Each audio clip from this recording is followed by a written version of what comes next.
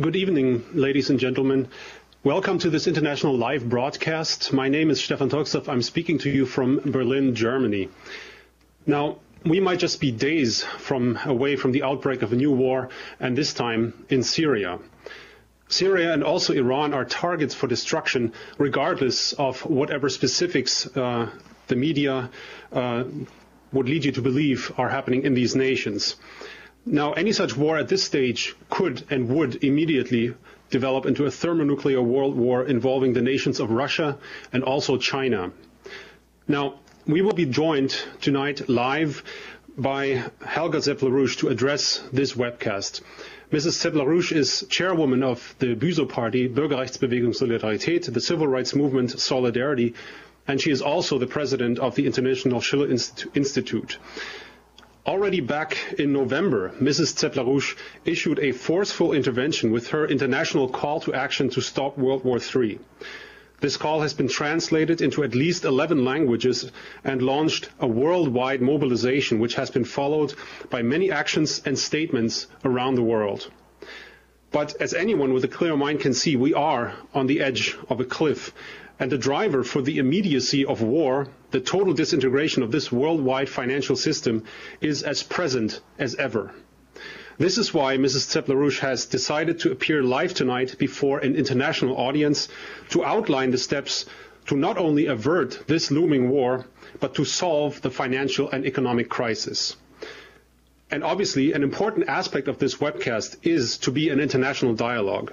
So I ask you to send your questions during this webcast to webcast@buso.de, which is webcast@bueso.de. And we will do our very best to address them as they come in. So without any further ado, I would like to welcome and present to you our main speaker tonight, Helga Zepp-LaRouche. Good evening. Actually, this webcast originally was meant to address primarily a European audience, but because of the urgency of the strategic situation, and since I'm presently nearby Washington, I decided to do this webcast in English. And I'm addressing myself to those of you who recognize that civilization right now is in mortal danger. It should be obvious to any thinking human being on this planet that the continuation of the present policies is possibly leading to the extinction of the human species. And I appeal to you, at least those who agree with me, to join the mobilization, to do everything in your capability to stop this danger of civilizational collapse. Now, it is not true that this catastrophe is inevitable. And in the beginning, before I go into some rather heavy material, I want to say, rule out the idea out of your thinking that one cannot do anything anyway. This sentence, which is the most spoken sentence in Germany, man kann ja sowieso nichts machen, one cannot do anything anyway. I don't want to address this situation from that standpoint. There are solutions, and they can be implemented in time, but it requires a very drastic and dramatic fundamental change of the system, of the global financial order, and an equally dramatic change in the thinking of most people. Now, we are confronted right now with two immediate crises. One is the immediate collapse of the transatlantic financial system, which is already leading to the collapse and the breakup of the euro, as we can see most clearly in the situation in Greece. But if Greece leaves the euro, which it will have to, it has no other choice, this will mean the breakup of the euro and, in all likelihood, the entire EU. Secondly, we have the immediate danger of a thermonuclear war triggered by the events around Syria and Iran, but not really focused on these two countries, but actually aiming at the regime change or destruction, disintegration of Russia and China. Obviously, what I'm saying here is not what you read in Bild-Zeitung or what you listen to in other mass media. But I can assure you, I would not say these things lightly. I'm trying to address the reality of the situation as it is, because only if you look at it in the most rational and most unblocked fashion can you find the necessary remedy. The name of the game is empire, or more precisely, British Empire. Now, I know that there are a lot of people who say, what, British Empire? It ceased to exist since a long time. But if you understand that the empire, which has been dominating the European and actually global situation for almost 4,000 years, has a tendency to come back in ever new clothes, in new shapes and forms like a slime mold, and this time it has another name called globalization. If you understand under British Empire the complex system of central banks, investment banks, hedge funds, private equity funds, insurance companies, the shadow banking, then you know what I mean by British Empire. It is that financial system which has been responsible for the paradigm shift in the last 40 to 45 years, shifting away from the production of physical goods, the so-called real economy, more and more to speculation, to the idea of profit maximization and pure monetarism. As long as the Soviet Union existed, that system of globalization had certain constraints because the Soviet Union existed as a second superpower. But when the Warsaw Pact started to disintegrate between 89 and 91, the world had reached a turning point.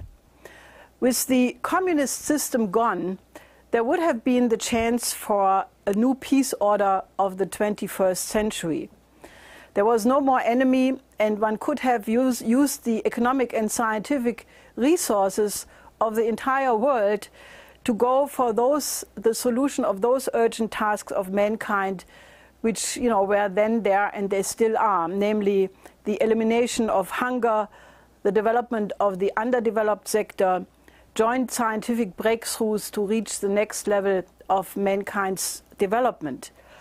Instead, rather than the United States recognizing the chance to go back and reconfirm the principles of the American Revolution, which had made America to be a temple of liberty and a beacon of freedom, unfortunately, with the Bush senior administration, the neocons appeared and declared the New American Century Doctrine, which was the idea to run the world as an empire based on the Anglo-American special relationship.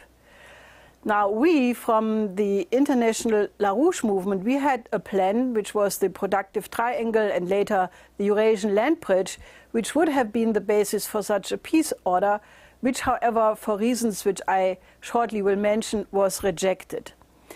At that time, the policy of regime change was adopted in every country which would not be willing to submit to this empire.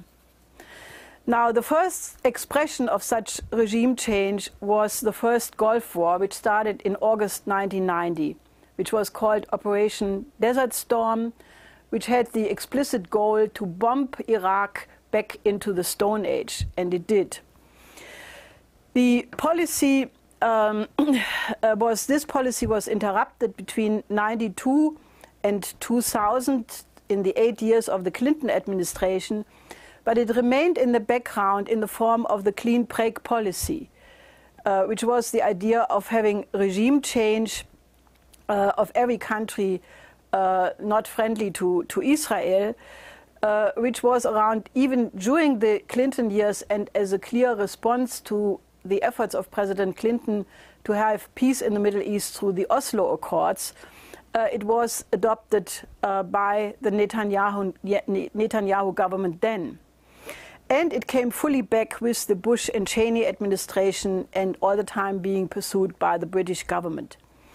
Now, with George W. Bush Jr., who declared these countries to be the axis of evil, the next target was the Second Iraq War, which, as we now know, was based completely on lies, developed through MI5 and Tony Blair, and that was then the basis for the speech Colin Powell gave in the United Nations, which he later called to be the worst mistake he ever made in his life. Now, this was behind the war of aggression against Libya and the assassination of Gaddafi, because at that point the forces pushing these regime changes could not wait to put Gaddafi on trial, because they already had in mind a continuation of this campaign against Syria and Iran. A trial would have been too long, and Gaddafi may have told some very unpleasant details about his dealings with his previous collaborators. Now this campaign is reaching Syria and Iran, and it has almost nothing to do with these countries, but it is aimed at Russia and China. And when you hear the stories about Syria and about Iran, you should have a déjà vu experience. It's the same accusations against Iran, what we heard about Iraq, and the recent report of the International Atomic Energy Agency that Iran would have the nuclear bomb maybe in 1 year, or be able to put its facility underground so that they would not be reachable anymore, is in complete contradiction to the US National Intelligence estimate from October 2011, where they confirmed the findings of the report's evaluation from 2007, that Iran had stopped its military nuclear program in 2003. And as many people also observed, the entire information the International Atomic Energy Agency used came from Western intelligence sources, and the former head of this agency, Hans Blix, also said that there was absolutely no new information given. So this war has already begun. NBC News just a couple of days ago reported that the Israeli Mossad has been recruiting and training members of the MEK, the Mujahedin-e-Khalq organization, which still, I believe, is on the terrorist list of the State Department, training them for assassinations and bombings inside Iran. This was confirmed by officials of the Obama administration and restated in an interview by Mohammad Larijani, who is the brother of the Speaker of the Iranian Parliament, Ali Larijani, who reported to NBC that Iranian officials caught MEK members attempting to assassinate Iranian nuclear scientists, and Larijani then proposed that the United States should bring Israel before the UN Security Council for state-sponsored terrorism, in line with its still ongoing policy of a war against terrorism. Now remember that there were in the last 2 years several explosions in Iranian nuclear facilities, and 4 nuclear scientists have been assassinated according to the same MO in the last 2 years. The Russian Foreign Ministry was very concerned about reports that, according to the Israeli website Debka File, which was then later confirmed by the Institute for Oriental Studies of the Russian Academy of Sciences, that British and Qatari special forces are operating in Syria. And the Russian government said very clearly that they are very concerned about the violation of Syrian sovereignty by these acts. And that these mercenaries from Qatar, Great Britain, and possibly Saudi Arabia are there to provide ammunition to the rebels in Homs in large quantities. Now, since the last months of the last year, there has been a gigantic build-up of military forces in the Gulf, in the Indian Ocean, and in the Eastern Mediterranean. There are 2 aircraft carriers in the Gulf region, and the 3rd will arrive there in March, together with a lot of frigates, destroyers, cruise missiles, and each of them each of these aircraft carriers can launch hundreds of combat aircrafts. there are 8 or more Ohio submarines, each with 24 Trident missiles, out of which each has 6 to 8 100-kiloton nuclear warheads. Each sub, therefore, has a destruction power of 1,476 times the kilotons which were detonated in Hiroshima. And you have to add a certain number of British, Israeli, Canadian, French warships to that. Please first map. So if you look at it, the total firepower which is amassed in this region is in absolutely no relation to the supposed reason, namely, the helping the rebels in Syria or, deterring Iran from a nuclear program. But it is clearly aimed for something else. The US Defense Secretary Panetta has talked about the high probability of Israel attacking Iran between April and June. And sources recently have pointed to a more likely date of April or even earlier. And there are rumors about an attack on Damascus even earlier than that. Now, the Iranian government, through their ambassador to the United Nations, has pointed to the right of Iran to defend itself and that it has the capability to do so. Now, also, since November, in Israel, a fierce debate has broken out where former members or former heads of the Mossad or the Shin Bet and even former Joint Chiefs of Staff have come out and warned that if it would come to such an attack, it not only would put Israel in jeopardy, but it would put the entire region for 100 years into complete chaos and destruction. Now, from the best of my knowledge, from having surveyed the situation, of having access to many informed circles around the world, the Iran war is right now on. It's supposed to occur. And by the very logic of the situation, it will not be limited to the region. Once it starts, there is the absolute danger that it will be global thermonuclear war. Now, the Russian Foreign Minister Lavrov declared in this context that an attack on Iran would lead to a chain reaction which would destabilize the whole world, have grave consequences, and nobody would know where it would end. Now, it is, I think, worse than that, because it is the logic of the weapons being here accumulated. You don't start such a war with one nuclear weapon, then wait until retaliation comes, and then maybe have a second one. But it is very clear that we are looking at mutual assured destruction, which was the official NATO doctrine in the time when the Warsaw Pact still existed.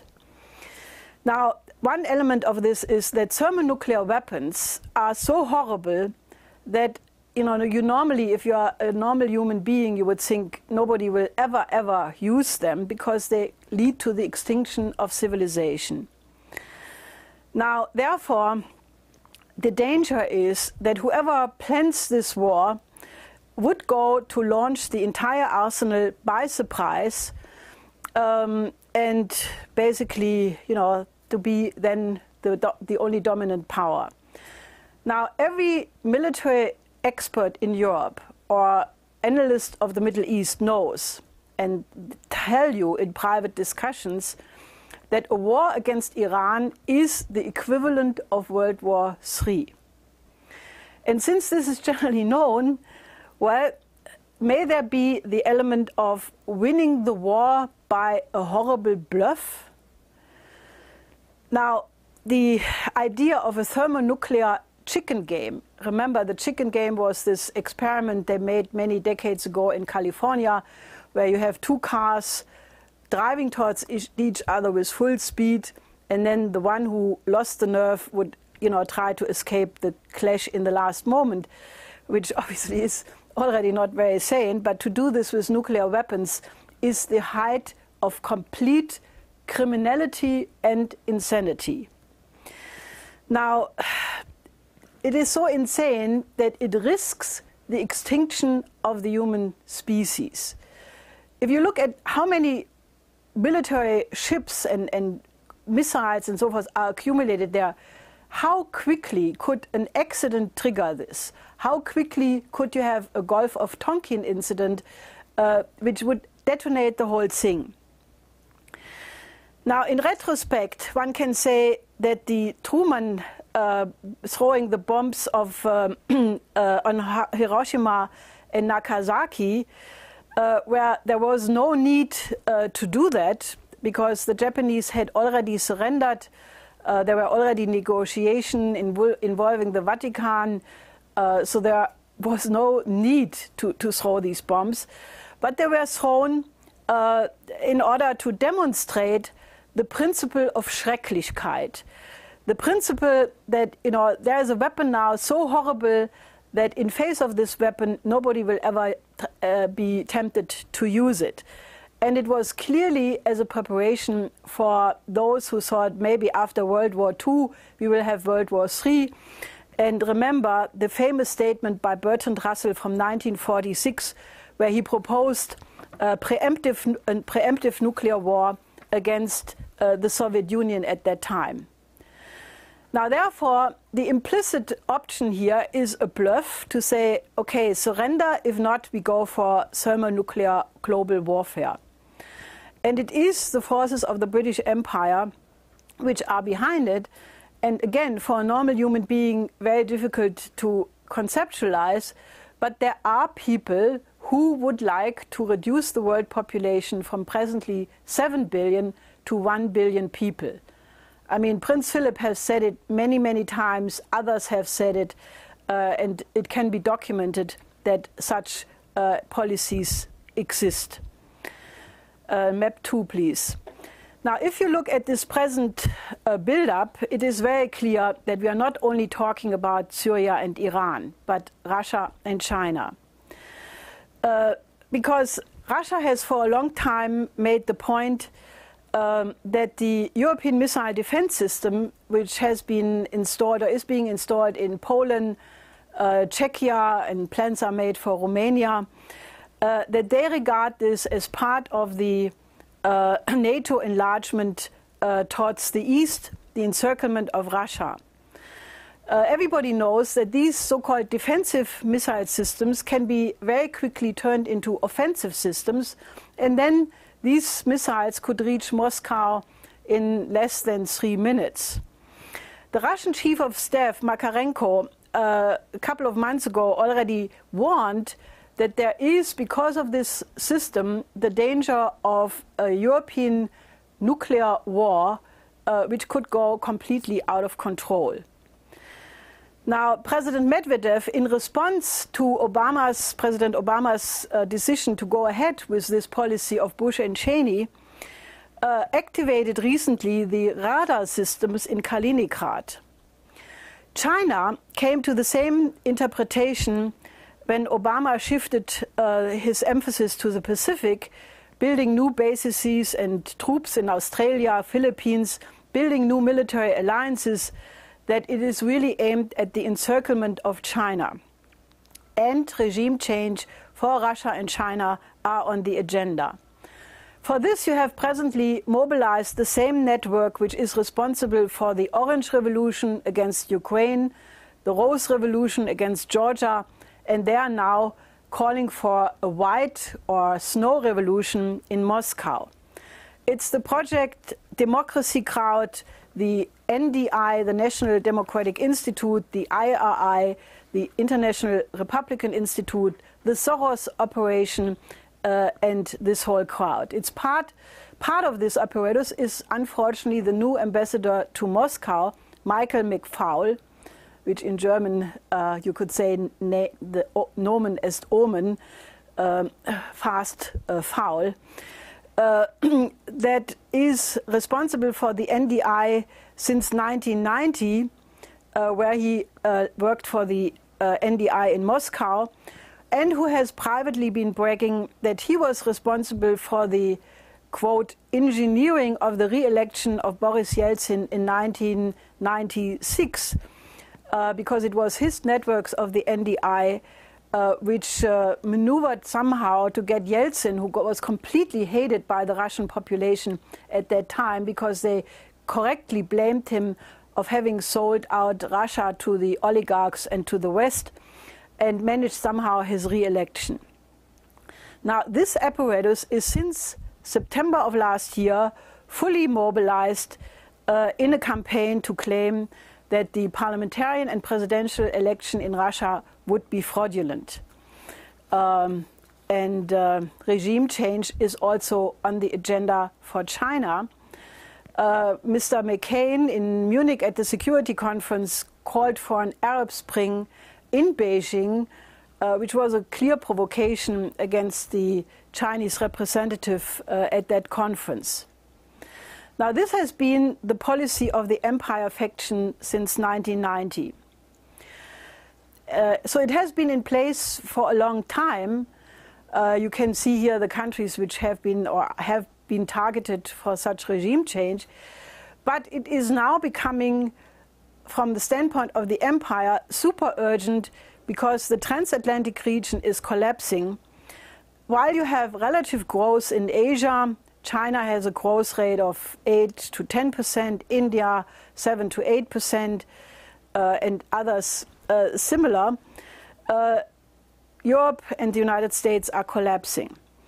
There was an article in People's Daily in the Russian language which said that both Russia and China have recognized that since Putin made the announcement that he plans to return to the presidency, or that he will be a candidate for that, that the targeting of Russia and China has been put on the agenda, and that therefore these two countries have now built a very strong military alliance against these threats. Now, even before the present escalation, Russia and China had focused on a very advanced scientific and technological orientation, high investments in higher energy flux densities, fourth generation of the inherently safe nuclear energy, the development of the Arctic region, and generally focusing on the new frontiers of science. Russia wants to build the city of Umka, a doomed city in the Russian Arctic for 5,000 residents, which should have full research capabilities, which would be self-sufficient in respect to food production, and it would be modeled on a fictional moon city or an isolated space station. It's planned to be under a dome of 1.2 kilometer long size and 800 meter wide.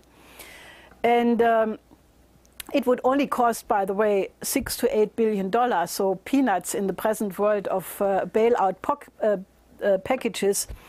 And President Putin has made remarkable speeches and written articles that he recognizes that the key problem of the world right now is the bubble economy, and that he is in favor of a system focusing on the production in the real economy.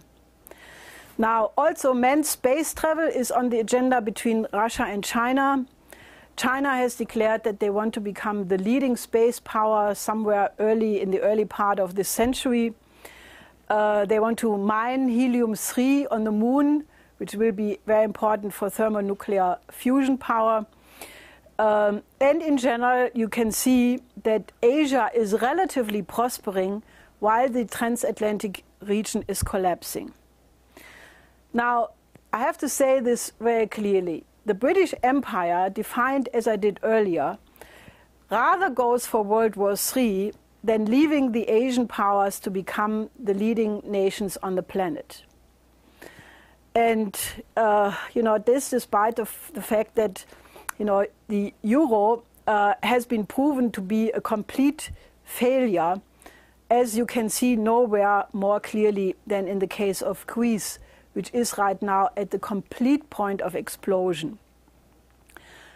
As we are speaking here, or as I'm speaking here, the leading trade unions in Greece have called for a popular uprising against the deal imposed on Greece by the infamous Troika.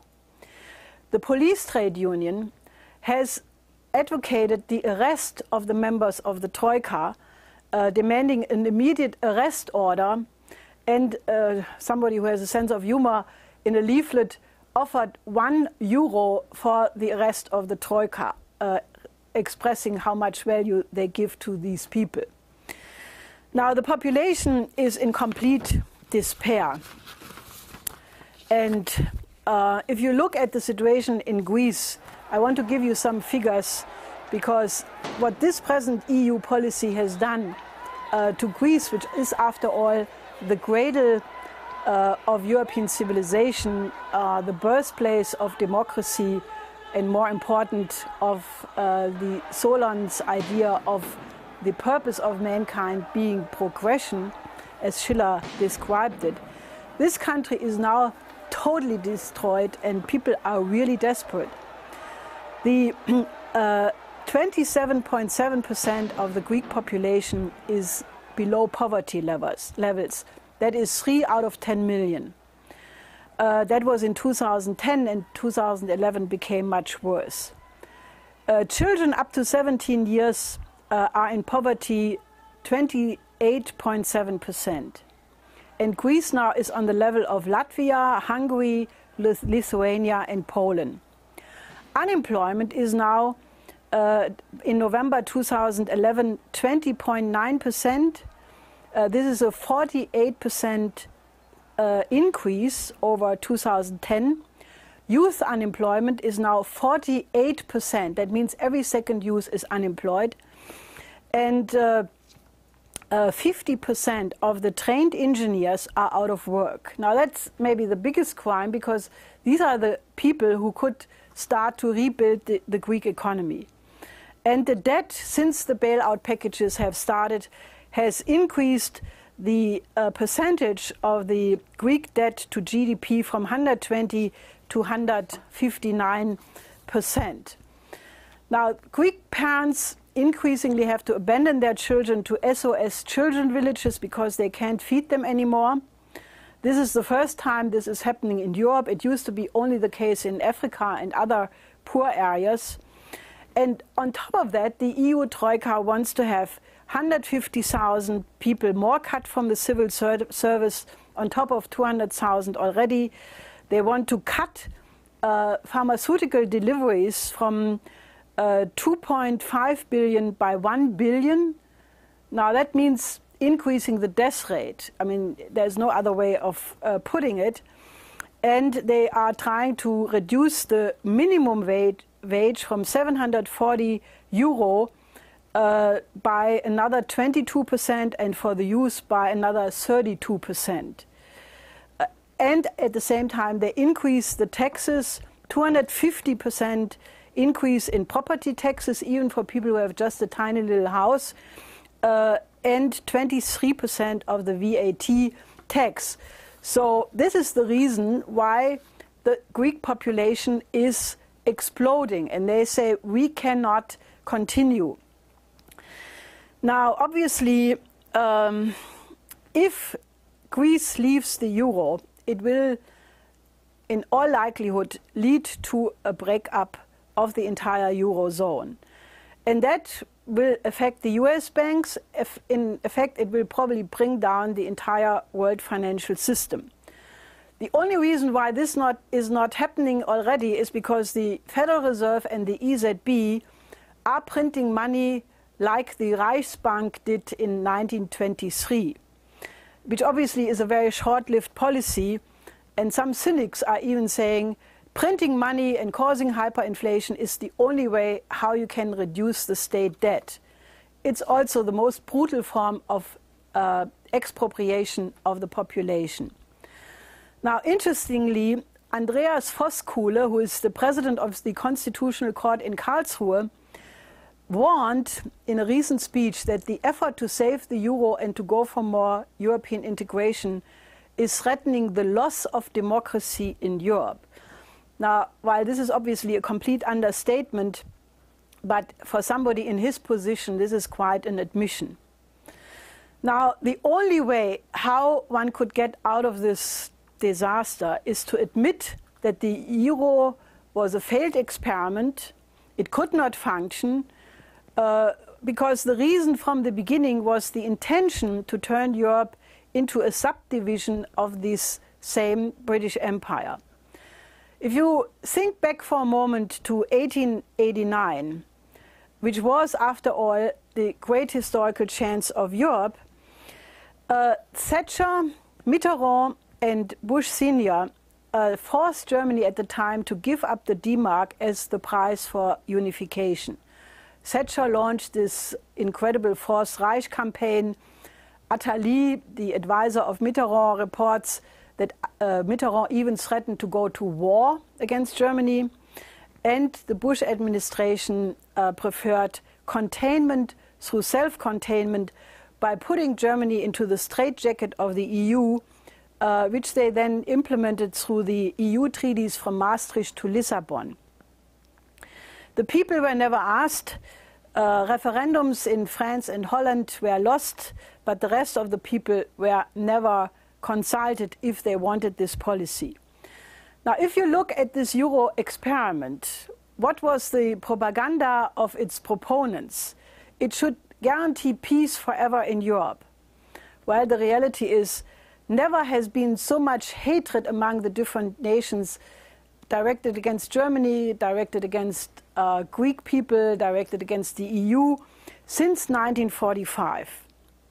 Another such lie was strengthening the European position in light of the emerging countries. Now, the disunity being displayed by Europe right now has made Europe the laughingstock of the rest of the world. Strengthening economic powers in Europe. Well, why is Merkel then going as a beggar to the Chinese, asking them to bail out the euro, which the Chinese are obviously too smart to do? Now, Lothar Rühl, the former defense secretary, state secretary, recently wrote in the FAZ that there are new challenges for the European security and defense policy, next map, that basically after the US is now focusing more on the Pacific, that after the Arab Spring, the European responsibility is more for the West. That given the fact that Islamic fundamentalists would still be a great challenge in the war on terror, Europe should focus on the east and south of Libya region, Chad, Sudan, Somalia, the Horn of Africa, the Arab Sea, and in light of this nice policy, the EU just decided to use more drones against refugees from Africa trying to cross the Mediterranean. Now, what this European security and defense policy calls for is expedition corps for interventions, weapons deployable from far, renaissance means air and marine control, strategic troop transport for longer distances over sea and by air, airborne landing capabilities, and so forth and so on. Now, all of this was already in the Lisbon Treaty, which is why we opposed it, among other things, at the time. This policy makes very clear, if you needed one more proof, that Europe is just the regional expression of this global empire. Now, in this present constellation, Europe is making itself the target in a possible war. Now, the newly appointed Russian Deputy Minister Dmitry Rogozin recently warned that basically the problem is that NATO continues to live by the principles set down by NATO Secretary General Lord Ismay, which is keep the Russians out, keep the Americans in, and keep the Germans down. Now, that people in Germany should better think about. And then he warned that the present European missile defense system, that, for example, people in Romania may think it helps them, but in reality, with this policy, the Europeans have become the hostages and targets of a retaliatory attack in case of such a war. Now, therefore, the situation we are facing is similar to that which existed with the middle-range missiles at the beginning of the 80s when the Pershing II and the SS-20 were deployed, where the reality of the German security situation was that Germany, in case of war, would get one strike from one side and then a second strike from the other and have absolutely no chance for survival. And that is what we are looking at today again. Now, when you look at this insane situation, well, there is a remedy. We have to use the breakup of the euro as a chance. When the collapse of the communist system occurred in '89, it was a tremendous chance to go for a new peace order for the world. Now we experience the second collapse of a system. And this time we must learn the lessons of '89 and not fall in the trap of just perpetuating a system which is already completely bankrupt. Now what we have to do is we have to help Greece to go back to the drachma. The other European nations should adopt D-mark, franc, and so forth. We must have sovereignty over our currency and our economy. We must cancel all European Union treaties from Maastricht to Lisbon and go back to the sovereign control of our nations as republics. Now, this does not mean that we are anti-Europe, not at all. We are more for Europe than the present EU bureaucrats who are obviously not caring about the people of Europe in the slightest, neither the Greek, nor the Germans, nor the Italians. And we have to go to a policy of an alliance of fatherlands in the tradition of de Gaulle. And we should just do what Franklin D. Roosevelt did in the 30s to lead America out of the Depression. Implement immediately Glass-Steagall in the tradition of Roosevelt without any changes. Cancel the fictitious debt, which is approximately, nobody knows exactly because of the shadow banking aspect, but it's probably in the vicinity of $1.5 quadrillion or euro, which is the extent of the entire derivative market, and then go for a credit system as it was established by the first Secretary of Finance in the United States, Alexander Hamilton. Issue credit for future production in accordance with scientific principles given by the physical economy. Investments financed with such a credit must be to increase the energy flex density and go for the next level of breakthrough in scientific and technological breakthroughs. And which steps these have to be, that is absolutely scientifically knowable. I speak to that shortly.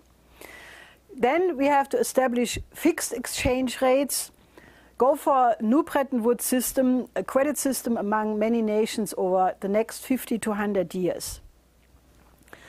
Now, what does it require to do this? As a first step, we have to recognize that Europe, in the context of the present EU, is an oligarchical empire. And we have to reject the idea of oligarchism. We have to recognize that the oligarchical model, which was described very well by Friedrich Schiller in his writing about the laws of Lykurg and Solon, where Sparta was run by a small oligarchical elite and they kept the masses of people deliberately stupid, where they had the right to cull the herd, so to speak, whenever they became too many, and allowing the use of Sparta, for example, to shoot the helots, that system has to go forever. Now, people may not recognize it, but the reality is that the world has been living under an oligarchical imperial structure for the last 4,000 years. You first had, at some point, the Persian Empire, when Greece had won over that Persian empire, they could have turned the Attic Sea Alliance into an alliance of equal partners, but they decided to become an empire instead. This was described by Thucydides in the Peloponnesian War. This was then followed by the Roman Empire, the Byzantine Empire, the Crusades, which were wars on behalf of the Venice banking system, and the British Empire, which exists since 1763 in various forms until today, in the form of globalization and the Anglo-American special relationship. Now, I know people will get upset and say, Europe, the EU, an empire. Well, why do people then say, you can't do anything anyway? What does that say about the system you are living under if that is what you think? Obviously, it is an oligarchical dictatorship which does not give the individual the possibility of intervention. Why do you think it is that the European governments and the G20 governments, since 4.5 years, since the outbreak of the present global financial crisis in July 2007, have done almost nothing to rein in a totally deregulated financial system? Why have people, heads of government, become nothing but the mouthpieces of this financial oligarchical order? Now, the oligarchy, which will be shown in the future, will turn out to have been nothing than a meander in evolution, an aberration, a dysplasia. Now, the oligarchical model assumes a universe which does not exist. It is based on the idea that the second law of thermodynamics is valid. It's based on the ideas of the Club of Rome, with their infamous idea of limits to growth, that the world is a closed system and that we have somehow reached an equilibrium with finite resources, and that therefore population growth in this closed system is the biggest threat to the privileges of the ruling elite. Now, that was clearly expressed by Kissinger in his infamous NSM 200 document already in 1974. It happens to be also the ideology of the Nazis with their idea of Lebensraum, because after all the planet is finite. It is the very core of the idea of British geopolitics, which led Mackinder and Milner at the end of the turn to the 20th century to develop this crazy idea that whoever controls the Eurasian heartland is controlling the globe. It was what led to World War I, and it is now threatening to lead to World War III. The oligarchical model is associated with monetarism, with the idea of maximization of profit for the power elite, the impoverization of masses of population, and it is behind keeping that privilege through the bailout packages since 2007. It is also related to the idea of an intrinsic value of money. Money? Well, money, the present volume of money out there, all you have to do is push the delete button of your computer and it all goes. Or, if the Fed and the EZB are continuing to print money as they are doing right now, it will also evaporate, and you soon can have wallpaper with 1 trillion notes of dollars and euro, as it was in 1923 in Germany. The oligarchical model is also associated with greenism, environmentalism, people who put beetles above human beings. It's associated with Mother Nature, the idea of Gaia, the cyclical ever return of the same. It's the idea of a universe in the tradition of Nietzsche, that only out of the destruction the good new can come. Ideas of Schumpeter, which are right now determining the entire economic policy of the EU. And the idea of conservation of limited resources, saving, sparen, keep the world as an equilibrium. It's absurd, but it's being peddled by the media, by the governments, by the anthropocenic climate change crowd, by the hedge funds who make big profit through that. And it is completely wacky. It is not the universe in which we are living in. The universe is creative. The universe develops in an anti-entropic way. And my husband, LaRouche, and his basement crew have made recent breakthroughs by investigating more closely the recent 500 million years of the assumed 13.7 billion years of the existence of the universe, that basically in this period you had 5 extinctions, and the last 2 major ones, the so-called PT and KT extinction, were really revealing that, these studies made clear that there were not really great kills, killing up to 96% of all living species at that time, but that only those organisms survived who were ready to increase the energy flux density, which is the principle of the universe at large. And that proves, these 500 million last years prove beyond any doubt that the second law of thermodynamics is not valid in the universe at large. Now, is our planet part of this universe, or is our planet somehow outside of the universe? No, obviously not. Since the existence of mankind, which is approximately 7 million years ago, which in a large scale is 1 minute before midnight, since that period, human creativity has become the driving force in the development of this development. The law of the universe very clearly is anti-entropy, and the increase of energy flux densities has been proven over hundreds of millions of years to be the genetic law of evolution. The development from the inorganic to the biological to human creativity, a distinction which was first recognized by the great thinker Nicolaus of Cusa already in the 15th century, and which was developed by Vernadsky and his notion of the noosphere, has the correct idea that we are dealing with an increase of the energy of the system.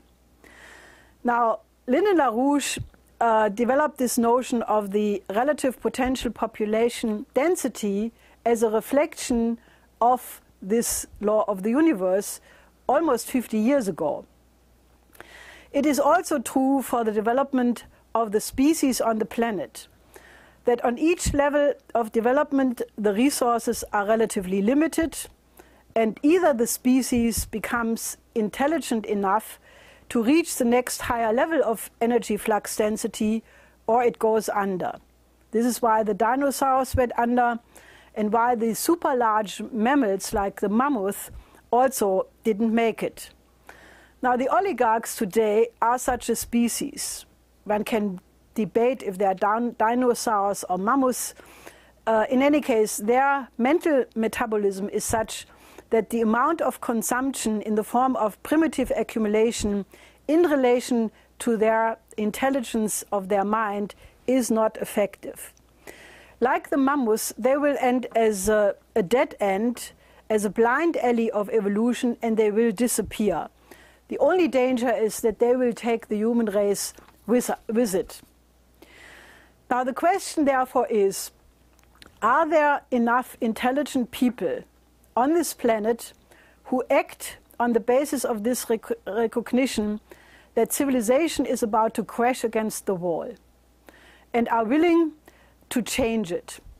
Can we willfully go to the next level of development, of evolution, if you so will, rather than staying in the realm of the so-called equilibrium, limited sources, geopolitical wars, thermonuclear destruction, and the extinction of civilization?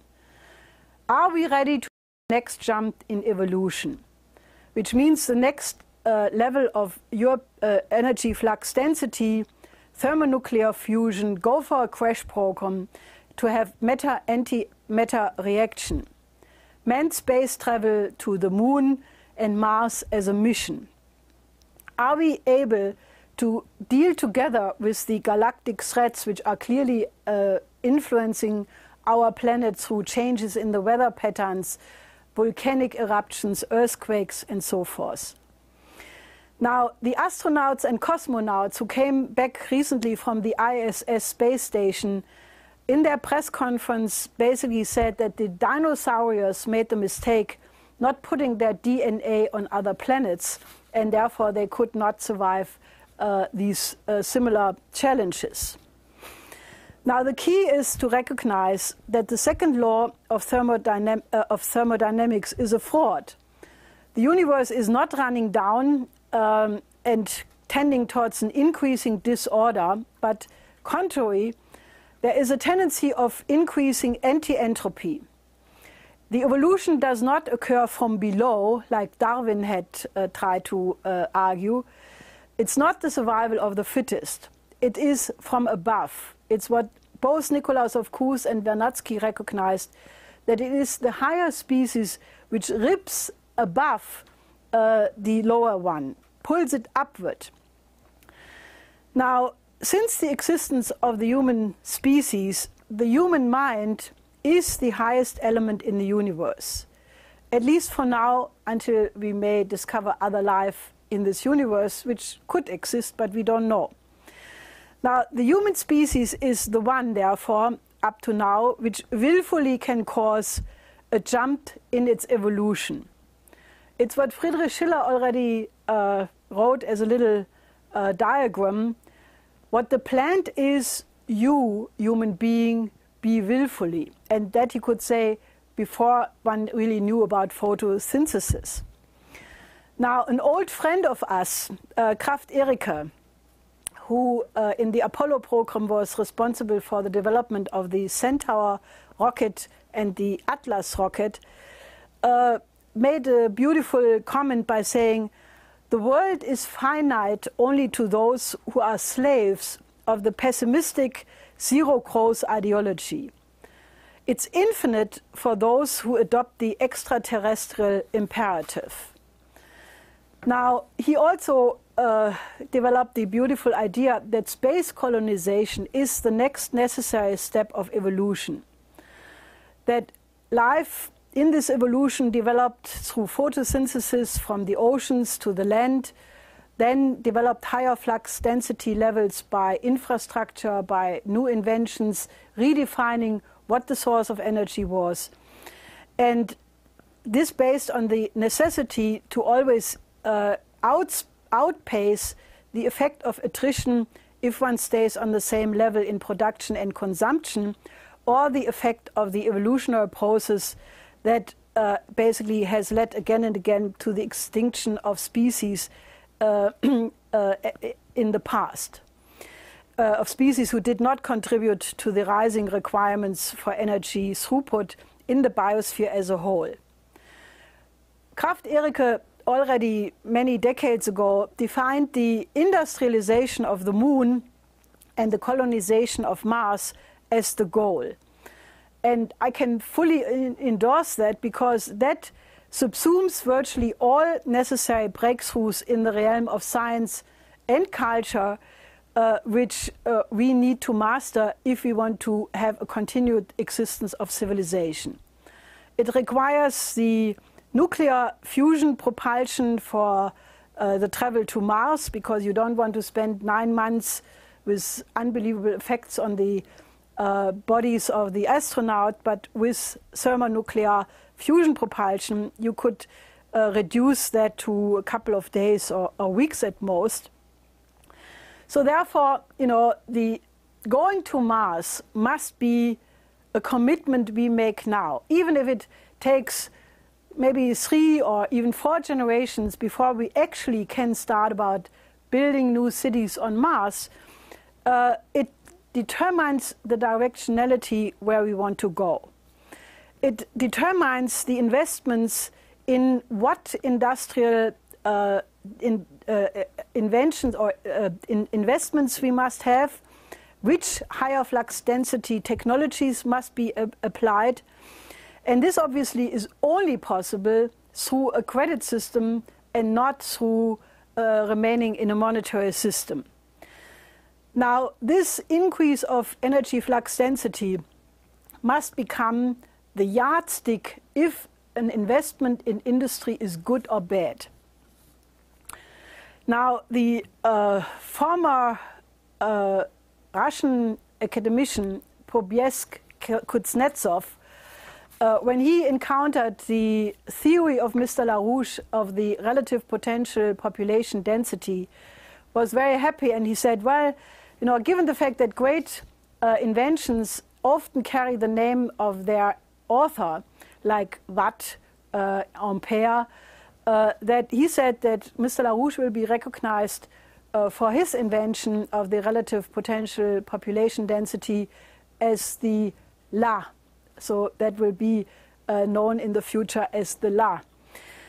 Now, the extraterrestrial imperative Kraft-Ericke has been talking about must be and will be the next step of evolution. Now, we are faced with a possible extinction either through thermonuclear war or a dark age because of the disintegration of the financial system. Now, the question is, can we change and choose the alternative? Now, we can go this way by turning Europe again into an alliance of sovereign nations, of sovereign republics. Why do we not, together with Russia, China, India, the United States, and other nations, go for the common aims of mankind? Well, we have them. The building of the World Land Bridge, the development of the Arctic as the new frontier of science, building Navapa, going for the Bering Strait, building Transaqua and other infrastructure projects for Africa. Go for space colonization. Well, why don't we just do that? Doesn't it make more sense than to destroy ourselves through nuclear war?